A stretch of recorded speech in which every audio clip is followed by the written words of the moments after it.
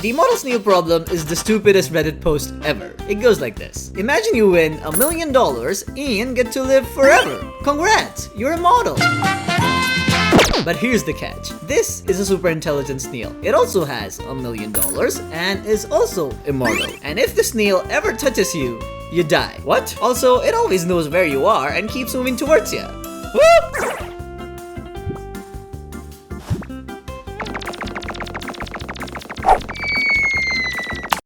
So this was a Reddit post asking people what would they do in this situation, and the replies were really dumb. The two top answers that kept popping up was to either trap the snail or eat it. Now we'll come back to the first one, but I just can't believe people think eating the snail would work. So the idea is you cannot touch the snail, but everyone else can.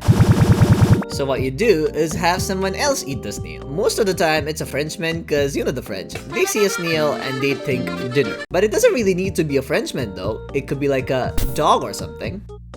The dog could be French though. So you give this French dog a nice bit of escargot, watch him eat the whole thing up, and you wait. Now you might think you fixed the problem, but that's just simply wrong. You just went from having a sentient snail problem to having a sentient poop problem. The other big answer was just to trap the snail inside of something like a glass jar or a box, which I think is the correct way to go about it. But then some people just need to take it a step further and suggest pouring concrete in the box and throwing it into the ocean. Like, dude, that's just horrible. The little guy is only trying to end your existence. You don't want to torture it. Physically, mental torture is way more effective. You just pour enough concrete so that it can't move but is still able to breathe and see, watching its own freedom just out of reach. What you gonna do? Think it's way out of the concrete? And this way, instead of a model enemy, you got yourself a permanent pet. You can like paint it, put some RGB on it, maybe place it up in the living room for the guests. And these are my anime figures, and this is my immortal snail. There's no snail there. What do you mean no snail?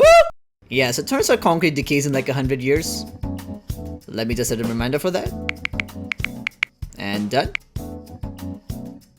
Now, let's be real. You don't want to live forever. After like 1,000 years, shit gets boring. So when you finally decide it's time to isekai yourself, you just gotta walk down to the living room and go out with the dap of the century. So, does it take some time?